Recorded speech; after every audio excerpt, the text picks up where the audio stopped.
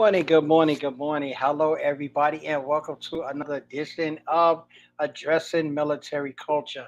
And we appreciate you guys coming out. We got another hot topic today, and we're going to be talking a little bit about since this is the month of February, and we know we celebrate Black History 365, but we're going to talk about a little bit of the impact of Black culture in the military. And we're going to be talking about some of the ups and downs, why certain things wasn't addressed or why things are what they are and what uh, improvement moving forward is the military ranking. We know we had a couple of I think generals was named in the essence of that. So we're going to talk a little bit about that and just talk about some of the impact that black culture really had on the military and the minority culture as a whole. As we're celebrating Black History Month, and we want to tap into that on today. We thank everybody who's joining us live.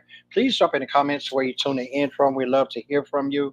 A couple other things I want to note. My man Robert, I know he would not mind me telling this, but he got his job interview today. So we're keeping up the kudos for him that they just hired that guy because he's an awesome dude. So he won't be joining us today. And also my sidekick, Charleston Gaines, he is in San Antonio.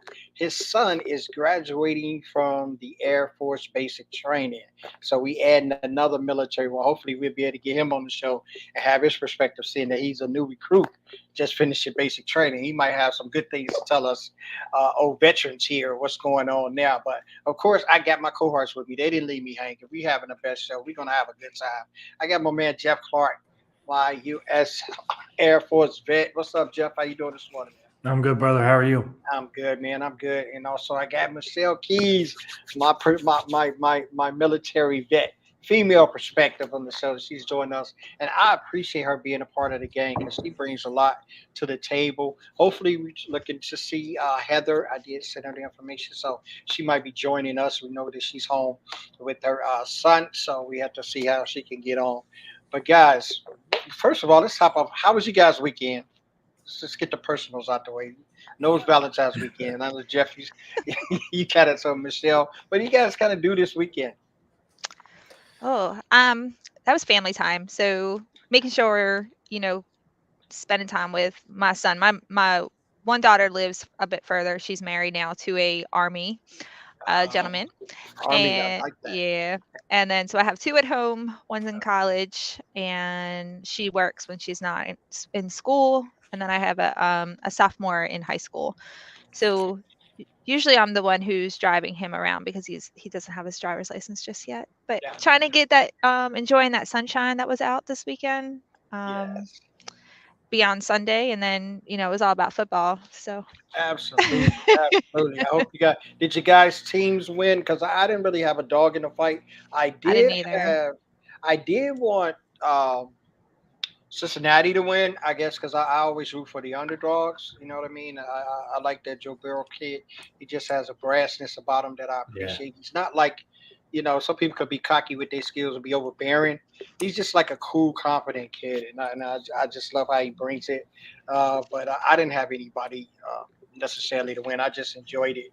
It was a pretty good football game to some extent. So, did you guys have anybody? Jeff, you have anybody that you thought? Did you pick anybody, or you just watched? I rooted for the Rams just The Rams. because of Matthew Stafford. I watched Yes. him in college, and then Yeah. he struggled with Detroit for all those years, and then to Oh my finally get God. traded and to win the Super Bowl, I thought that was really cool for him. So I rooted for him, but I feel the same way about Joe Burrow. I think the dude is he's the truth. He has that kind of that Tom Brady like Yeah. confidence.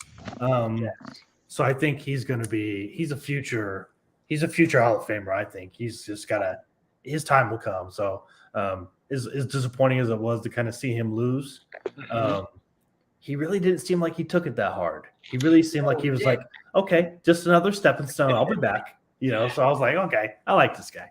Yeah, he kind of had that look like, you know what? I'll get you next year. Just like, he just had that Yeah, brassness about him, like, yeah, don't worry about it. I'll be yeah. back. Don't It worry. wasn't crushing. It was motivation. It was just fuel for him, Yes.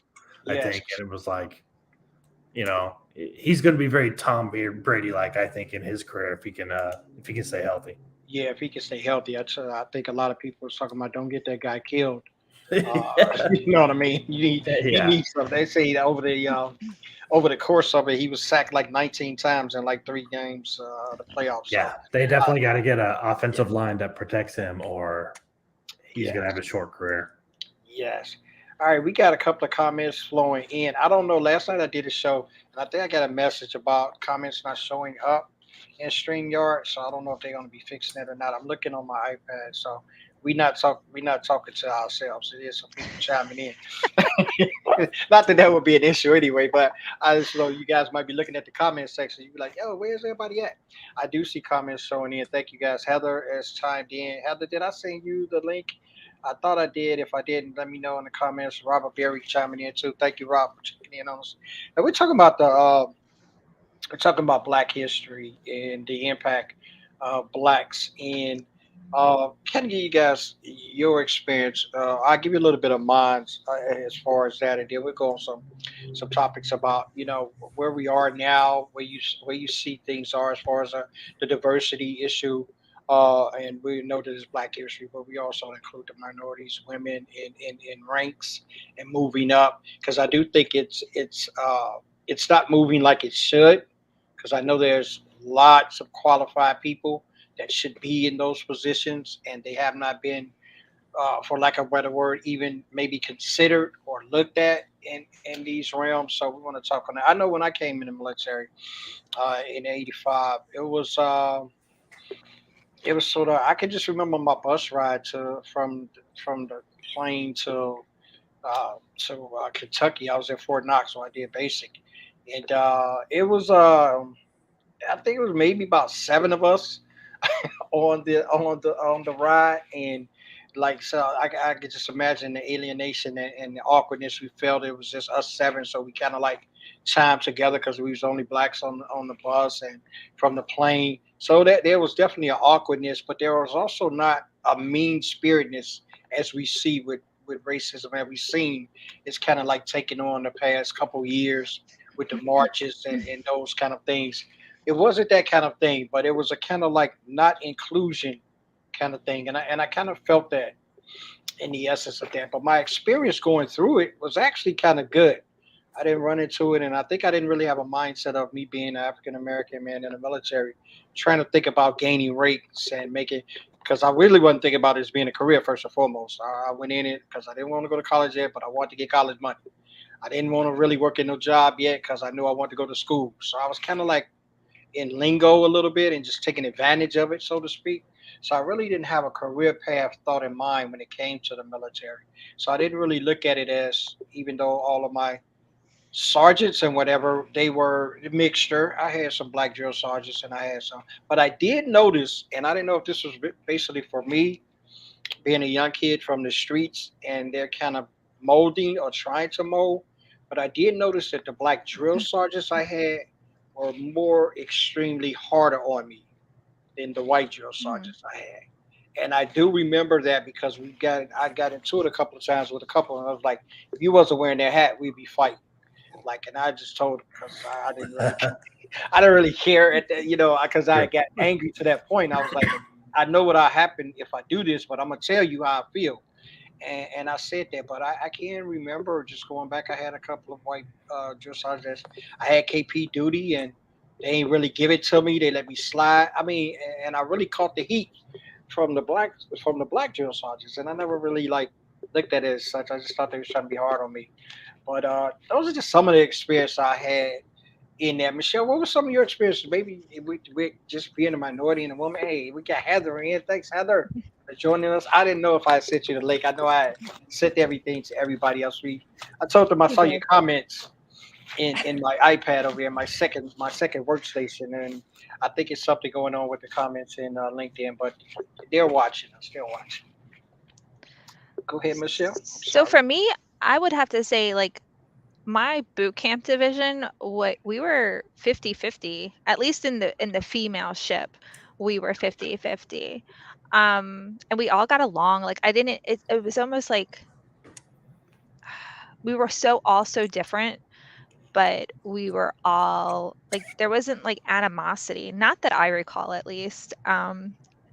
I mean, I had shorter hair. I would ask them to braid my hair. So, I mean, you know, they would try different products on my hair. Um, and I think it was just like the uniqueness. So you have individuals who hadn't been around either other races or other cultures. So it was all like kind of new for all of us. Like in all this like in race aspects, but depending on where you're from, um, you know, it depends on what you've been exposed to. And then I think more in the what I noticed was in the senior ranks is where I saw a lack of representation. Um, so in your junior ranks and maybe your E7 rank, you know, you had y- you know, a good representation, but in the officer ranks is where that dwindled dramatically. Yeah, So, I could definitely agree to that because we did see a lot in that arena, and even the ones going in, and I can recall, even if we go back to some re, some of the things I remember, I didn't even hear that brought up even when I was being recruited. Like, you hear about if you go to school or college, how you can go in as an officer. I didn't learn about that. My recruiter didn't tell me about that in the essence of recruiting. And I always said I was carrying that for a long time. I was like, yeah, man, if I ever get out and run into my recruiter, he's in trouble because he just told me a whole bunch of stuff. That's why I give Robert a hard way to go. Like, because those recruiters are like, you don't know anything, and they mold so many young people's perceptions of what I'm saying, of what they think they're getting into. And I can't say I was sold a fantasy because I kind of knew some of it, having some family members that had been in the military, so I kind of knew that it wasn't no love fest.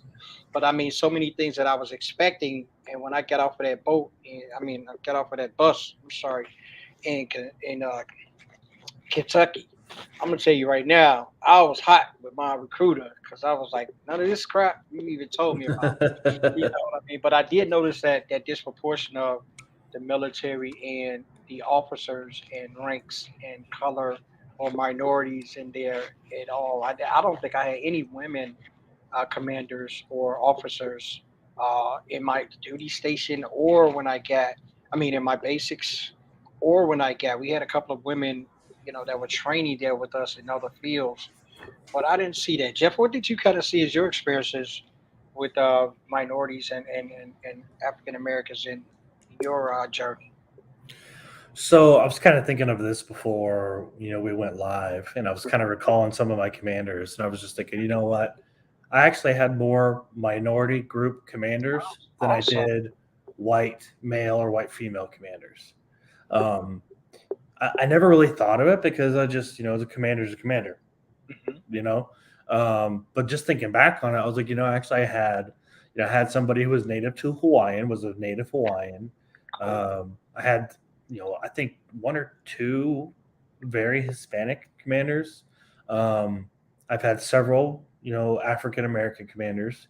Um, you know, born in the states, of African descent, and Okay. man, I want to say I had some. I can't remember the ethnicity, but I've had some from the Asian Pacific, area as well. So very, kind of a good mixture of them, was what I saw. Now on the enlisted side, the NCOs and the senior NCOs that I worked with a lot of minority group NCOs, but it seemed like the senior leaders in the enlisted side tended to be more white males. I had some white females, but until recently I didn't have a African American chief that I had ever worked for. So in 12 years of being in the military and the last 4 being in the government, in over 16 years I'd never worked for a black senior NCO. Oh, wow. Yeah, so that was kind of a first, which was cool, unique, but I mean, at the same time, it wasn't any different. I mean, she was a woman of integrity. She was a great leader, like everything you would expect from someone her rank to be. So it was cool, but at the same time, She was exactly what she needed to be as an individual. The skin color really didn't matter; it was almost irrelevant because she was just that kind of person. So, um, for me, it was always a really good mixture. I always had a lot of really good people that I worked for, and it worked for me. So, for the culture, for me, it was always um, very unique because I got to work around a lot of different diverse people, and I got to learn a lot of different diverse things. I think at one point in time, I was even the minority in my shop, and I was in charge, and I had more folks who worked for me of, different cultures, which was cool because, you can really do a lot with that. Well, a good leader can really do a lot with that. And I really miss that crew. And some of them have gone on to have great careers, and I'm extremely proud of them. And, I think situation is what you make it. But I had a very diverse military culture throughout my 12 years. That's awesome. That's awesome, and it's great experiences. And it's and you have those different experiences, and you have those different on that journey. It's amazing that you're thinking about it. You don't think about like what you're gonna have, right? You just go into it. And these are my leaders, and this is what it is. But the Yeah. dynamic of it and how the reverse of it, of how you were able to have that, and that's a joy, and that's in what we're seeing with the diversity, what we want to see, and the value of that. Now we've seen that, and Heather, I'm gonna ask you too as well. Now we've seen that, and we've seen the diversity, and I guess we'll go down the diversity line of it. When we look at that and the disparaging, we can say numbers of leaders or numbers of female, black, minority. I just won't go with black, just say minority. And it's celebration of they're far and few between. It's far and few between. So when we think about those that have actually achieved those ranks, or even been in a capacity of even sustaining those ranks. Everybody knows about Colin Powell, right? You can say Colin Powell's like, yeah, yeah. I mean, that rolls off the tongue. But for that one Colin Powell, it's so many more that has the capacity to be doing or being in those same positions, and they were not. I wouldn't say. I guess I could say afforded that opportunity. They might have been bypassed over for that opportunity. And in doing so, how are we really move forward? I'll let you answer that, Heather. But give me a little bit about your experience, Heather. Good morning. Good So morning. I think I can relate with Michelle, like through basic. We had like a good mixture of different cultures and races. And I really didn't notice, and I will just call it what it is. I don't want to throw like fancy terms on it. I didn't notice the difference in treatment or the racism until I was operational.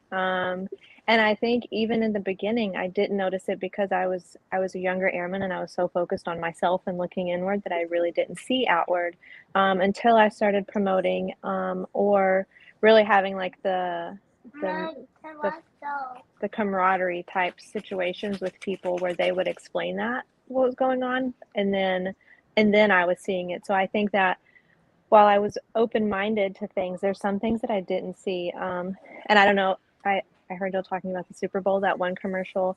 The lady spoke and said that for diversity and inclusion, most people don't understand not being included until they're the ones that are not being included. So Yeah. it took me hearing the experiences from people before I recognized and could see them for myself. I think for the first few years of my career, I noticed it. I personally believe it's getting better because it's the awareness of things are being made. It's coming to light, and then also I think more people feel more comfortable to speak up when these situations are happening. And I know, like for us in the Air Force, especially at my squadron level now, anytime I write paperwork or I'm reprimanding someone, it has to be routed through my first sergeant, and the commander sees every single thing. So he's able to, he could tell me as a supervisor, like, this is too harsh, but they're tracking the metrics of like disciplinary issues and with the race and the promotion rates with people. So the Air Force, I believe, is getting it closer to right with those things, but I'm absolutely not oblivious that it still goes on. And I'm almost floored by some of the airmen who tell me their experiences during these talks. Not floored, like shocked, but like floored that this is something that they had to endure and they thought that it was something that was normal and it shouldn't be. So I, I, I would be ignorant to say that it's not going to continue to happen, but I'm thankful that we're talking about it. As far as like leaders, I've worked with also one female chief. She was also a minority. She walked into a room and intimidated me. And not because of, she carried herself in such a way, like she was confident and she would command respect. And I'm like, I want to be her when I grow up. Like I don't want to put fear in people when I walk in a room, but I want that. And she was amazing, but she was one, and I've been in 13 years, so that tells you all the others that I've encountered were white males mainly. So I don't know if I think my very first commander here, once I retrained into intelligence, she was a female, but that is the only one that I've ever worked with or for. So it definitely still leaning heavier on one end, but at the same time with the pendulum swinging, right? Like we have to retain different and then promote them accordingly. So it'll probably be a while before we see any changes in that, regardless if we're talking about it or not. So. Yeah. So it's one of those things that you're like, okay, when, right? It's like I think when we were talking about, I think last week when we were talking about the sexual harassment and it being put into law, and it's like what took the military so long? And I think we'll probably be asking these kind of questions throughout in so many things. And I hate when you put first on things, and you got to be the first this and the first that, and we got to highlight that it's the first. And I think we were talking about, I picked up a couple people's names, and Secretary of Defense, General Alston, right, the first Black Secretary of Defense, and that always bites at me, all right, and I'll just be honest at it. It always bites at me that we have to put that first on that, like the first Black female vice president, the first. I mean, to me, it's Captain Obvious that they are. So to me, that kind of like takes away their shine because we're putting out, what they are categorically rise, not their merits or their abilities. Like I think and I know that it brings certain. I've gotten into a different, different uh, conversational wise with this and with different people, and they like some people I've talked to. They like to highlight that. That's the first woman, the first Black woman vice president. I mean that's a badge and honor. And I've talked to some. It's like, yeah, she's just a woman who knows how to do a job. So when you think Well, about it it, goes back to what Morgan Freeman said it a while back, uh and somebody asked him like, how do we stop racism? And he said, stop talking about it. He said, stop calling me Black Morgan Freeman. I'll stop calling you white so and so. And he said, stop slapping all these labels on it, and we'll become more equal because we'll see each other as equal instead of all these titles. And I thought that was an interesting thing for him to say. And the more and more I thought about it, the more and more I was like, yeah. I'm not personally a fan of Secretary Austin, but I'm not a fan of him because, of his politics. politics. Yeah, it has nothing to do with him as an individual. I didn't like General Mattis that much. I'm glad we don't have Rob on here, man. That's yeah, I respected him, but I didn't necessarily, care for him as, the SecDef, for a couple different reasons. But, it was more about, who they were, not a title and a label. And I agree with you. We slap that title and that label on them. And then what does that do? Does that lower expectations? Does it raise expectations? Because then you have to say, okay, well, what about that little girl who's out there hoping to get into politics one day and be the first vice president of the United States or first president of the United States as a Black minority female? And then Kamala Harris gets in there, and then all you see on the news is that she is taking that title. Well, what does that do for that little girl who has those aspirations? Does she, I mean, so the title has become something more, to your point, Carl, the title has become something more than the person. And we're not highlighting the people, we're highlighting the title. Yeah. How do you think, you guys? How are you thinking? And in just your just view of it, and with things and how we're seeing things. And I know I had a couple of people. Uh, uh, I put Marsha Anderson, and there's another one. She's the first African, the Army's first black female reserve officer to obtain the rank of major general, and that is awesome, and that's totally awesome. When we look at those kind of things, and we say, okay, how have you seen, or how are we seeing, if we're seeing moving forward for this inclusion part of this? Have you guys seen anything that Michelle? Or have you seen anything in the essence of that, or heard of anything else? So how are we going to move this forward with the inclusion of to these ones that's being overlooked, and these ones that have not been given uh, the credentials and wise? And even like I can agree with Jefferson saying that we may not agree with the politics wise of certain ones that get these positions, but we have to agree on either the merits that the meritocracy is there for them to have them, and we must promote, and regardless of whatever. How you think are we getting closer, or are we moving any closer to inclusion of the black? And because I didn't want to go through the history lesson, because blacks fought as slaves beside their slave masters in the Civil War, and we could go all back, that the impact that the black culture has had in the military has been there from day one, back with George Washington and them. So, I mean, it's been a long time. So why do you think we haven't moved forward quicker to include them? Do you want my honest opinion?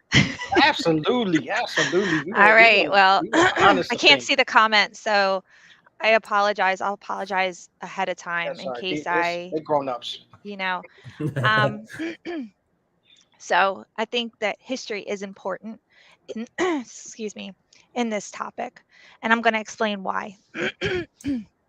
I'm so sorry. I'm like trying to like cough, do whatever.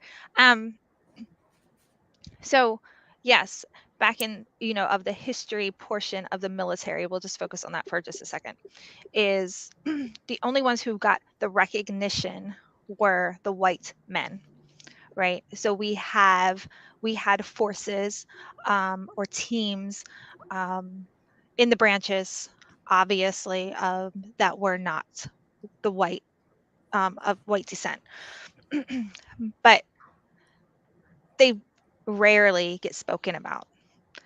You might hear of the Tuskegee Airmen because of this or that, but how much do how much of that history is taught in school, right? So how much history is taught about the women who made a difference during those wars that were predominantly fought by men, or the women who were discussed, as dressing up as men so that they could fight. And I know I'm combining different multiple topics in this one comment, but it's important to understand the history in order to move forward.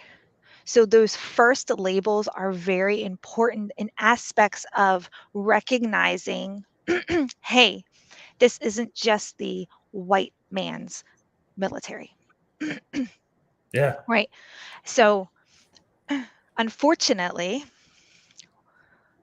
I don't think we have moved as forward as we should be. And that's in anything that deals with race. There's still a sense of entitlement. I think that, not trying to talk about politics, as we stated earlier, that there was a huge divide brought up in this whole, last presidency and this presidency, that has created us to go backwards. And unfortunately, as we see, ugliness does come out. Let's just say storming the Capitol. There were military members doing that. And, they they undisguised themselves. But that was just a small number of people. So we still have that infiltration within the service. So unfortunately, that's going to affect people who might not look like us. I can have empathy for someone who is not white, but I do not know what it feels like to not be white. I have empathy for my children because my children are mixed, and I have seen and heard comments to my daughters, but I still, while I'm being their mother, I cannot understand what that's like. I can only feel that from a parent's perspective. So, I think that in order to move forward, we do have to celebrate the successes of those things that are not the majority. um, I'm kind of taking a pause and maybe like that side avenue. I taught NJROTC when I first retired from the Navy, and this is all during the Colin Kaepernick and kneeling. And everybody in the school was in an uproar because my students were not standing for the pledge while they were in uniform representing the NJROTC. And instead of asking these children, why are you not standing? And I say children because they're under the age of 18, but they are making sound decisions. They just yelled at them. So we had a history lesson. And, I think sometimes as adults, we need to have a history lesson and be inclusive in conversations and listen to hear and not listen to respond. So we discussed the flag, we discussed the colors of the flag, we discussed how many times the national anthem has been changed. We also discussed, different movements.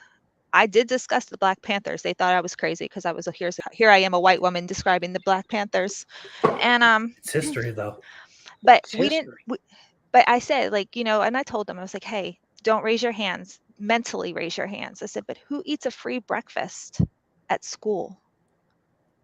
And they all kind of looked at me like, why are you asking us this in the middle of a Black Panthers conversation? And I was like, well, that was what they started. Not every movement is negative. There are good things behind great movements. And sometimes it just takes not informed individuals to make a movement negative. And I think that that's why conversations need to be had. So taking that back to the military is,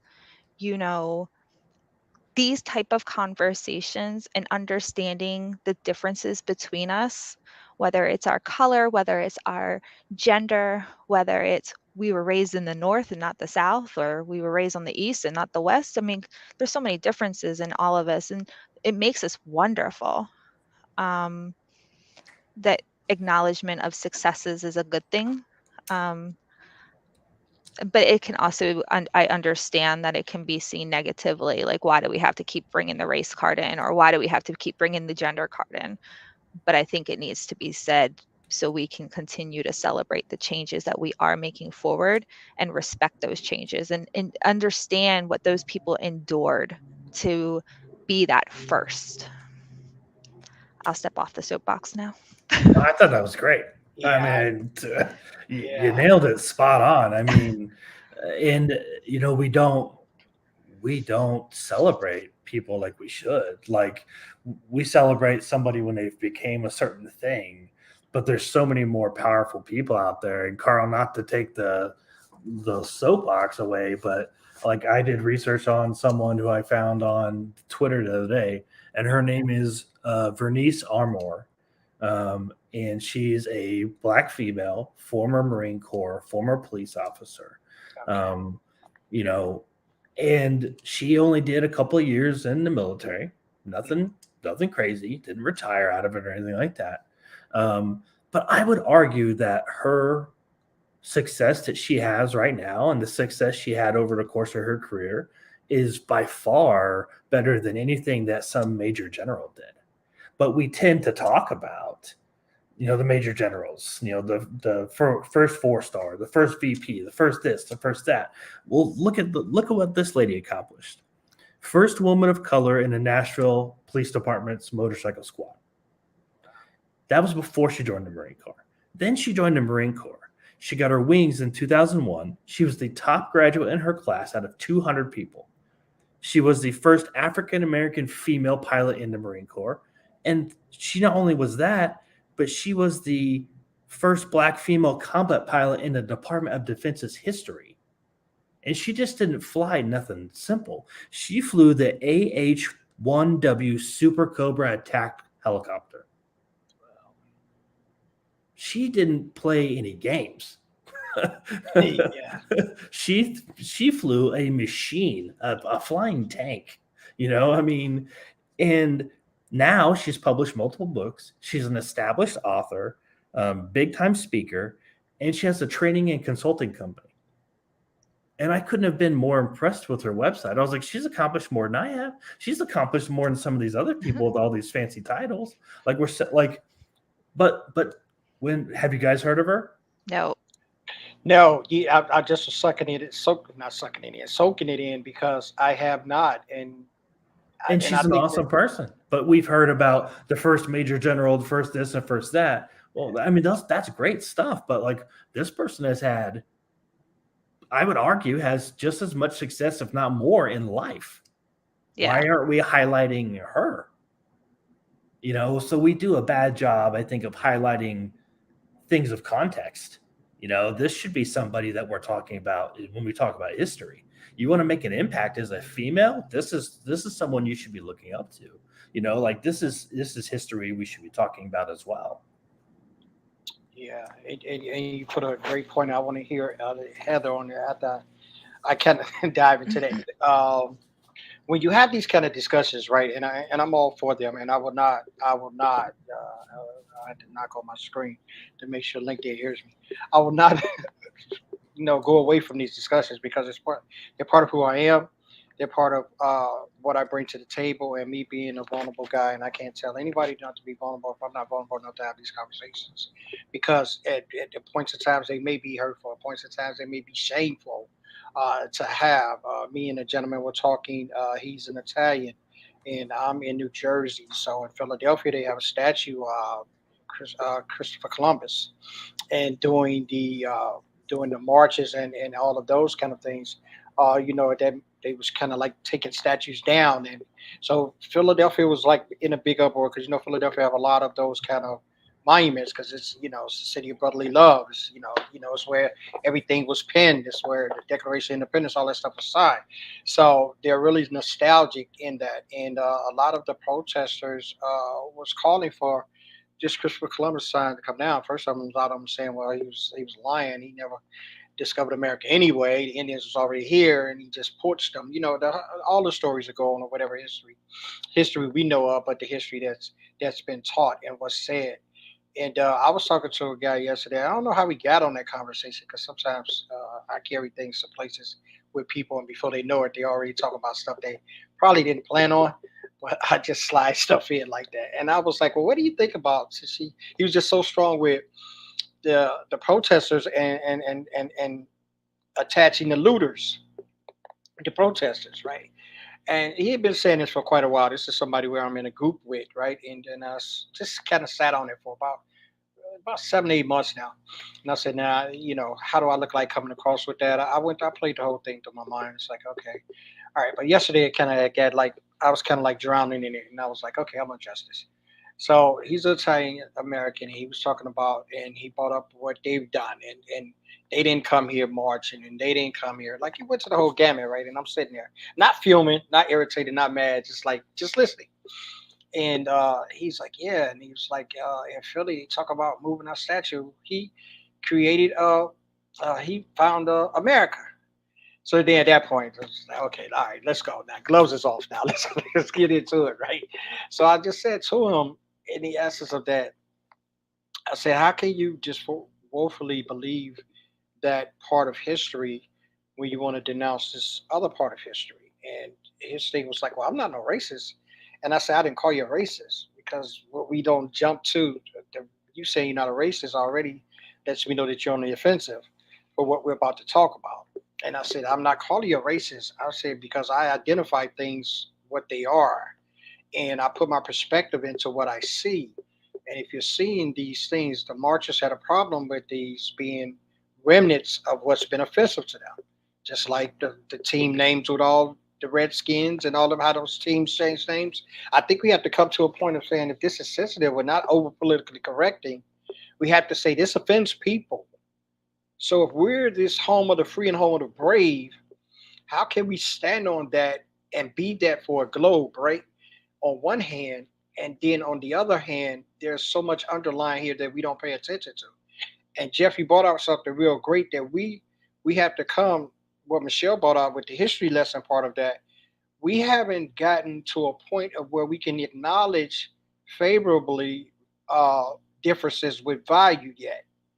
And when I'm saying that's across all boards, races, ethnicities, the whole nine. We haven't come to a point in a place as humanity to say they're different from me, but they bring a lot to the table. I accept that. We can't say that. So until we get to the point to say that, we're only going to identify with those that are substantial, maybe in names and titles and whatever, and put them up on the pedestal and say, see, I recognize that general. See, y'all said I ain't recognize nobody. I recognize them, but here you find someone that's doing extraordinary things on a website and could be just as glorious as being recognized as all of these ones that I pulled out that's on the history, that's on Google, that's on that. And we didn't even know about it. I didn't even know about it. And this is how it is. But we've gotten to the point of where it has to fantasize. We have to politicize. We have to put it in his window and say, okay, I acknowledge it now because constituents will vote for me. Or I acknowledge it now because I can get funding from Washington. Oh yeah, I acknowledge it now because you're talking about closing off my benefits. Oh yeah. They African American, they're female. Yeah. Let's promote them. Let's do that. Let's give them an honor. Let's give them the Medal of Honor and just put it around their neck. So with that being the case, Heather, can or have you seen some moving forward to be included? Because you're right there in boots on the ground. Um, so yes, I think that we're trying. I don't think we have it correct, not by a long shot, only because while like our SERFs, which is like gives us like the basic overview of like who we are, where we've been stationed, all of our ratings, our like education and stuff, like you print out, it's like my biography without my picture on it. Okay. It has our ethnicity on it. And so when I apply for a job, I submit my SERF. I don't This was a huge thing where they discussed removing ethnicity off there. It doesn't matter my ethnicity, it matters my qualifications that are further down. So let's remove that. Sending up our pictures with our annual awards packages or our quarterly packages. Like it shouldn't matter what I look like if these are my accomplishments. But on the flip side to that, I have witnessed, sorry, my son is conveniently sick today. On the flip side of that, I have witnessed checking boxes to make sure we're checking the boxes. So getting 13 applications in and saying, well, I want to hire a female this time. So all the males' qualifications don't count because they're not a female, or the color of their skin is the only thing that we're going to care about. So we want to make sure like, oh, look at us, we hired a different ethnicity, but all those other people could have been more qualified or just as well qualified for the job, but their application was thrown out because they didn't check the box. So I think there's a fine line in there that we have to find the sweet spot on, and we definitely have not gotten to that point yet. I applaud them for looking at ways to change it. I think the very first step is removing the ethnicity part of things. It shouldn't matter what my ethnicity is, which goes back to the point that was made that celebrating people's accomplishments for what they are, not who they are. I want to be recognized for the things that I do, not just because I'm a woman, but because I did these things when other people didn't. And this goes right into the conversation that I had with a chief who told me that I was sassy or I had an attitude or I seemed moody. And I'm like, no, I'm being assertive, I'm being firm, and if I was a male, I would be considered a leader. But because I'm intimidating you or you don't like the way that I'm coming off, well, I'm sassy or I have an attitude. This was very recent. So I think that we recognize the problem, but we're not understanding the problem. We recognize it and we're throwing all these solutions at it, but we're not understanding where those decisions or those thought processes are coming from, which goes back to the history piece, like understanding our history to learn from it, to keep it from repeating itself. so I sit in a history class, I check the box, yep, I learned about history, but did I actually learn what was good and what was bad about that, what I don't want to repeat and what I want to be better at? Like you have to learn to understand, listen to understand, not react and speak. So I have seen inclusion, trying to be inclusive, but I don't think we're getting it quite yet. Closer, not quite yet. Yeah, there's so much work to be done. And Michelle, you cover so much on the history pieces. Really the gamut of where I want to go, and having these conversations are definitely what we need to have. And Heather, you really put into perspective what is. I think schools fails us tremendously on, and now we're just having it. Hey, we don't even have time to go into all that. Now they're having the debates of what they're taking out, the curriculum they're taking out. The schools, these books can't be in the library now. I'm like, it's like okay. I guess this is a fight. This is a fight upon, I had a gentleman tell me, you probably say, Carl, man, you work with some crazy people. I have some people that really would, if they were able to, they would really tell me about myself and working with them. And I don't have a problem with that.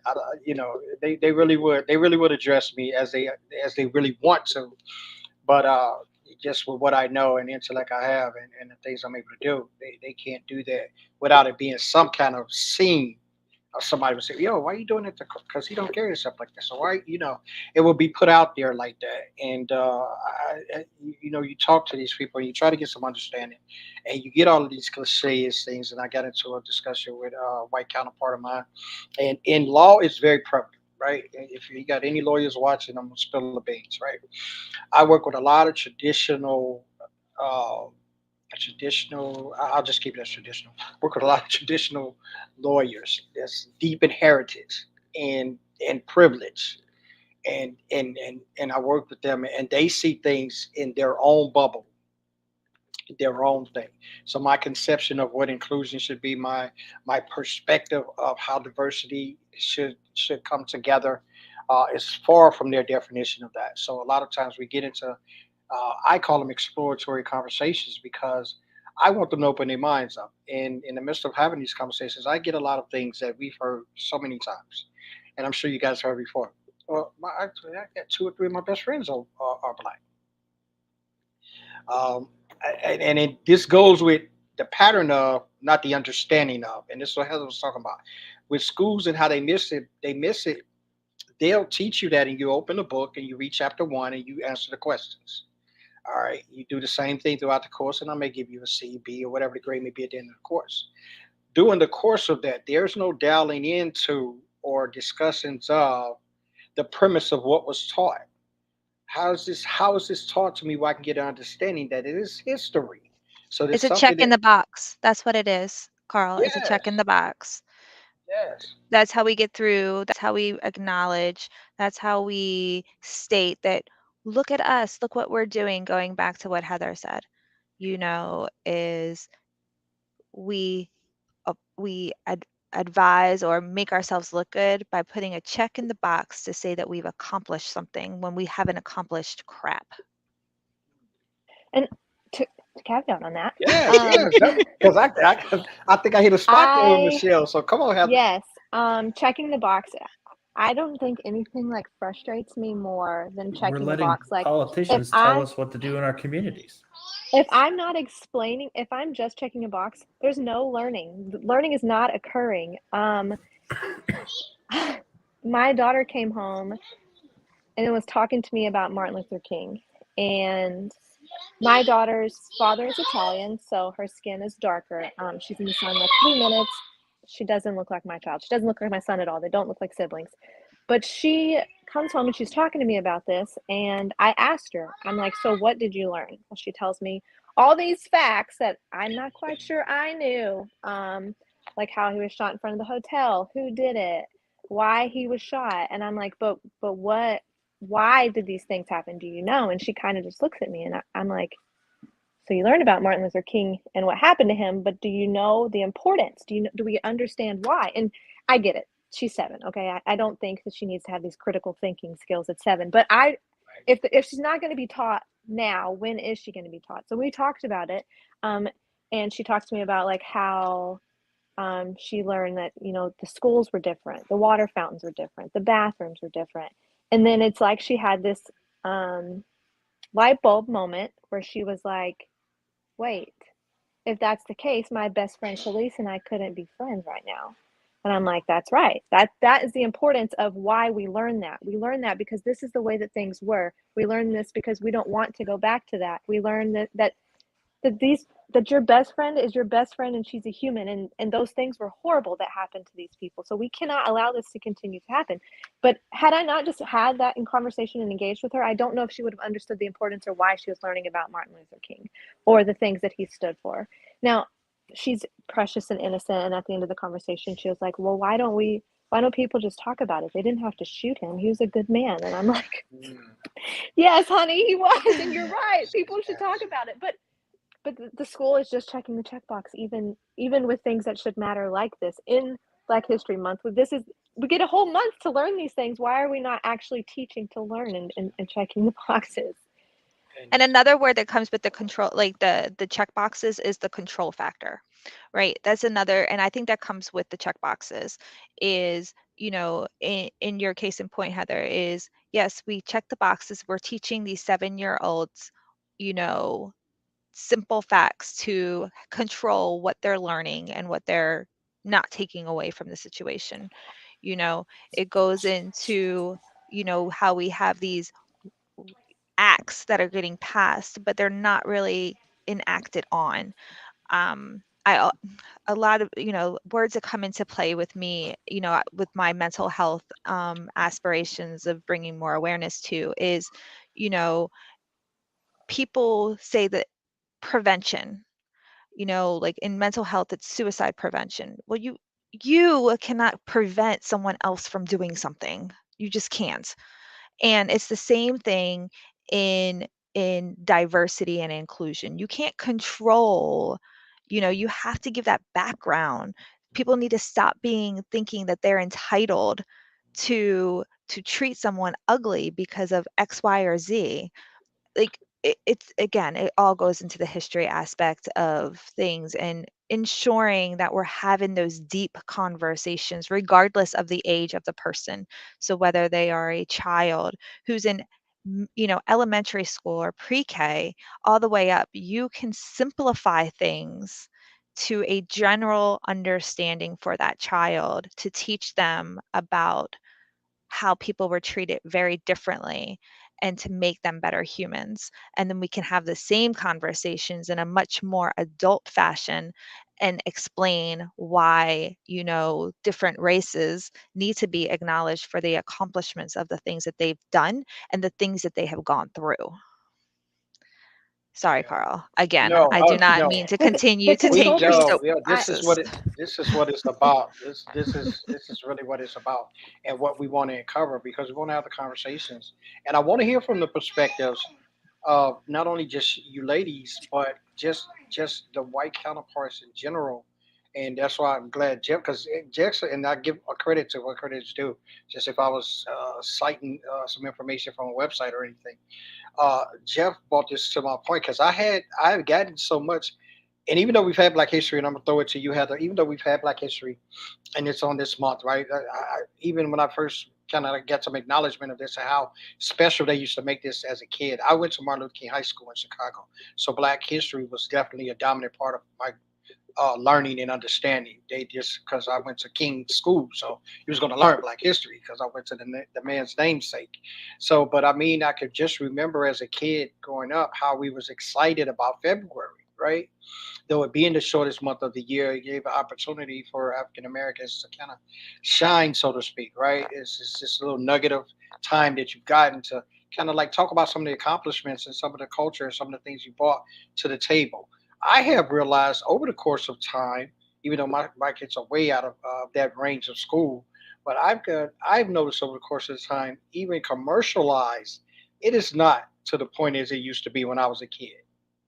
February used to be a big thing in the essence of marketing, commercials, seeing, Black History commercials. I would see the Frederick Douglass commercials, the Harriet Tubmans. You would see those things as reminders. I can't remember too much this month where I can point to a finger, or if I had seen it, I can exactly probably tell you the day and time. that I saw something that said something about Black History Month. That it was advertised about this is February Black History Month. I haven't even seen any McDonald's 365 Black commercials this month. And they used to highlight the importance of talking about the Black community 365. I haven't even seen that. So where have we gotten to this point where it's just kind of like weaned out, of even being a discussion now? What do you think about that, Joe?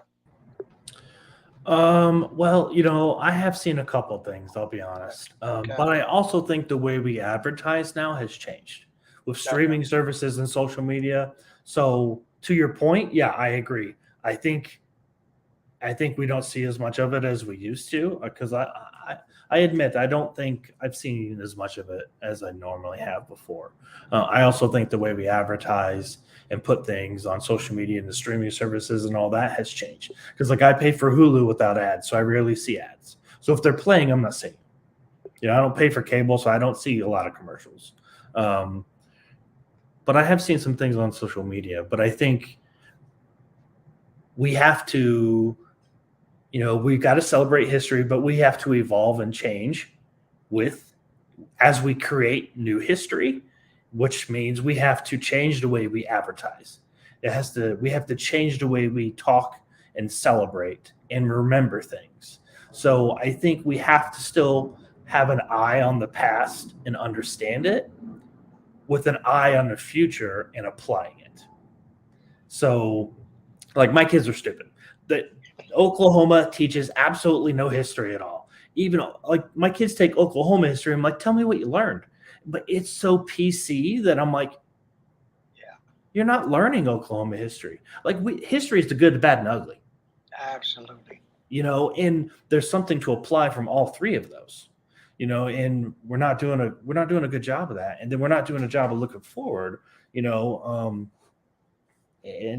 there's so many months now. There's so many months and days now that it's like it's almost overwhelming to what's coming up, what's currently happening, what are we celebrating, how are we celebrating it? It's almost come overwhelming me. And I'm like, I don't understand how we're looking at this from the right lens and saying, yeah, are we checking the box or are we doing the right thing? Yeah, it's tough. It's a tough. Go ahead, Heather. I knew you wanted to say something. I'm sorry I cut you off earlier. No, you're fine. I think with that also, like, celebrating the achievements, I understand like history evolves, to your point. History evolves, so we should celebrate differently. But at the same time, I don't want to get so far away that we forget where we came from almost. Like we're erasing things out of history books because they were offensive. And I'm not saying I'm better or worse for knowing those things, but I'm saying to have an understanding of why those things or why things we work so hard to change things, we have to know why or where it came from. I agree with you that I don't know if I've seen anything at this point celebrating Black History Month had I not gotten the stuff from my daughter's school. Because I understand, like in the workplace, I work at the NSA. It's not something that gets, I guess, publicized. But I want to play devil's advocate here, and I absolutely know that. Like Pride Month was celebrated. They did a 5K. They did those things. So why would we not have the same thing for Black History Month? We're controlling so much to try to keep people from being offended that we're losing grasp of reality and why we're doing it. Why would we celebrate it? Because look how far that we've come, but we need to remember how that was so that we can continue to evolve and continue to grow. It's absolutely it's absolutely to that, and we've had a great discussion. Michelle had to drop out. We appreciate her comments on it and starting kind of like this evolution of where we come to in this conversation. It's definitely one that we should be taking on, because I think I've heard more things about. I think it was National Donut Day. I heard that was our National Coffee Day, Pancake Day. Yeah, cake. Man, I didn't get alerts on my phone about these days, right? I mean, so some of them show up on my calendar. You know how you can click on the things that you want to show up on your calendar, federal holidays and all that. Yeah, some of those random days show up on my Google Calendar, and then when I go into Facebook to program some of my social media, it'll tell me it's National Hot Dog Day. Do you want to celebrate? I'm like, what? Or like tequila, margarita, and I'm like, am I an alcoholic? Why do you keep telling me all these things? Yeah. Like, There's something every single week to celebrate, and I'm like, why are we celebrating hot dogs? Like, does it have what something? is the importance of celebrating a hot What's dog? the relevance of Pancake Day? Did somebody of significance, or did it change the course of history, or are we just celebrating? To forget my language, are we celebrating stupid shit to celebrate stupid shit? I think that's basically what we are, and what it's come down to, in the prioritization of what's important. And man, we talked out. That was some good stuff. I'll leave you guys with this, and I'll let you guys tell people where they can check in and find you guys at. And I love the discussions that I have with this group that I work with, and do things with. They're wonderful people, and they bring me joy, never sadness, because I don't let it get to that point. But I say too sometimes, oh my God, how did you grow up? What are you learning? And I'm sure they probably say the same thing concerning me when I open my mouth and speak some things as well. But we were talking about how I came up with affirmative action, and one of the African American guys I work with said, "Man, they should get rid of that, man, because they ain't doing them but picking people based on color. So they're doing us a disservice by having affirmative action." And I said, "Oh wow, okay." I was like, I don't think. I think it probably might have been the first. I'm sure it's probably more that feel that way. So I said, that's the first person I've ever had a conversation with that felt that way towards affirmative action. And I've had my thoughts about it for many years and listening to it. And there are some negatives to it, but I just hit him with that real quickly to kind of close off and not make it a long dialogue with him. I said, if not for affirmative action, would there have been some point or place that they people who have been able to do those jobs or positions or whatever it was, would they have been given consideration had it not been for affirmative action? So I said yes. So yes, there are plenty negatives to it, because it's not they choosing based on checking the box. It's the opposite of the system, right? But also I look at it as, okay, well, if that wasn't there, would you? Because we're seeing that in the NFL. Right now, every day they had the Rooney Rule for almost 30 years now, right? How many black coaches we got in the NFL today? They made a push after the lawsuit. Now we got two. Well, now, 32 now every time one is mentioned, hmm he's mentioned in accordance with that rule. Yeah, Instead of he's a great coach.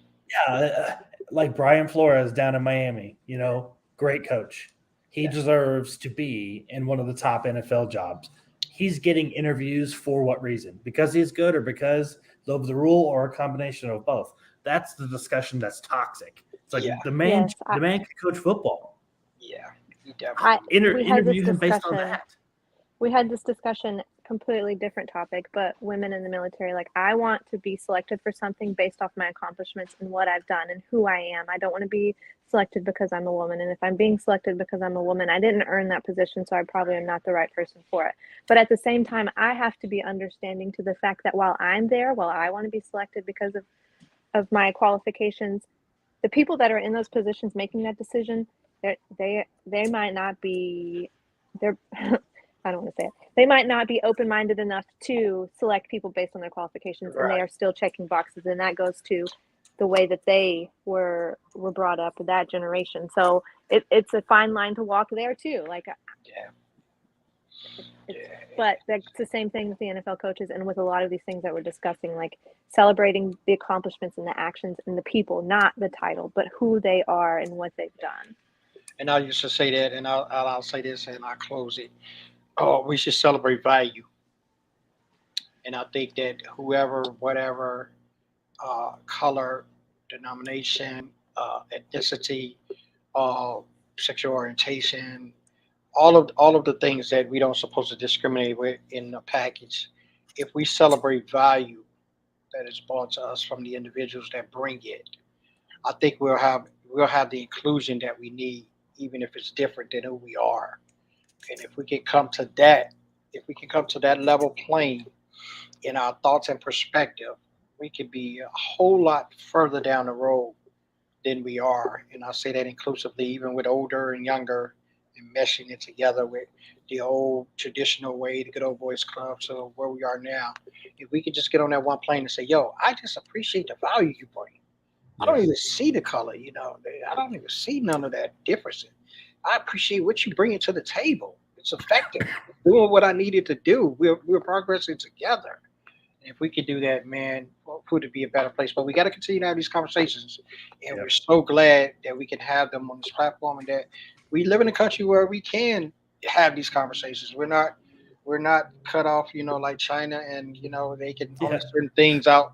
The internet can come. I'm glad we have Yeah. these spaces where I can say I don't like whoever, and, Yeah. There's other countries where if we were saying this right yeah, now, we well, probably would have one, been at disconnection. yeah, we'd be on a hit list or the internet would have been shut off already. Or I somebody mean, would have been knocking on our doors all yeah. at the same time, right? Yeah, we're very fortunate Oh because man, I appreciate you guys, man. This is lovely. We had another great conversation, man. Heather, tell them where we can reach you at and what you got going on. So I can be reached at LinkedIn now. My profile is really bare. I'm going to get it there, but I have one. I am on social media, Facebook and Instagram, Heather Gotti. I think my maiden name's in there, Heather Windsor Gotti, but all those places, pretty bad at checking the things, but I get there. She get there. She get there, guys. She does. She does respond. She does respond. She get there. We're gonna have Heather on there, just snapping in it, snapping in it. Great, Heather. I appreciate you coming by, and I appreciate your perspective you bring. I love when you and Michelle jump in and just grab the topics and go because we want to hear that perspective. I hear myself talk a lot of times. I got four, 5 shows. I'm on the show every day, Monday through Friday. So I hear myself talk a lot, but I love to hear different perspectives because that adds not only to my understanding, it adds to my knowledge base, and it adds to a perspective where I can present to someone else because I like to present other people's perspectives. I don't like people. Oh, that's how you think. No, I've kind of garnered from some other people, and I put it together, and this is how we kind of think. So it's more power in that. Jeff, tell them where they can find you, at my friend. Of course, I'm on social media, Instagram, Twitter, Facebook. Find me on LinkedIn here. And the best place to get information is jeffclarkofficial.com. That's got everything. Yes, jeffclarkofficial.com. And of course, you can always find me at Carl S. Watkins1 here on LinkedIn. CarlShawWatkins.com is the website, and you can see me on a number of shows. My Real Talk Show on Monday, Tuesday, and Thursdays. I got Authentic Leadership on Monday nights, and now on Fridays I'm doing a series called Strategies. So we're talking about how vulnerability can be used as strategies to embrace who you are and move forward in what you want to do. So we got a few things going on. So we're kicking it up. But you guys go and check out all of us. Connect with us if you're not already connected. We thank those that are driving by. Couldn't see all the comments of y'all, but I appreciate you guys coming down. I'm gonna have to find out from Restream what's going on, why we couldn't see the comments today. I appreciate that double duty work they had me doing. But you guys have a great one. So next week we'll see you guys. We'll see Robert should be back. He said some good news on that job interview. I'm keeping the prayers open for him that he get that. He definitely need that, getting ready to transition out of the military. And definitely a kudos out to Charleston and his son graduating from the Air Force Academy today. So that's why he was not here with us. But we appreciate you guys. Thank you guys. And we'll see you next week. See you guys next week, Heather and Jeff. You guys have a great rest of your week. You too.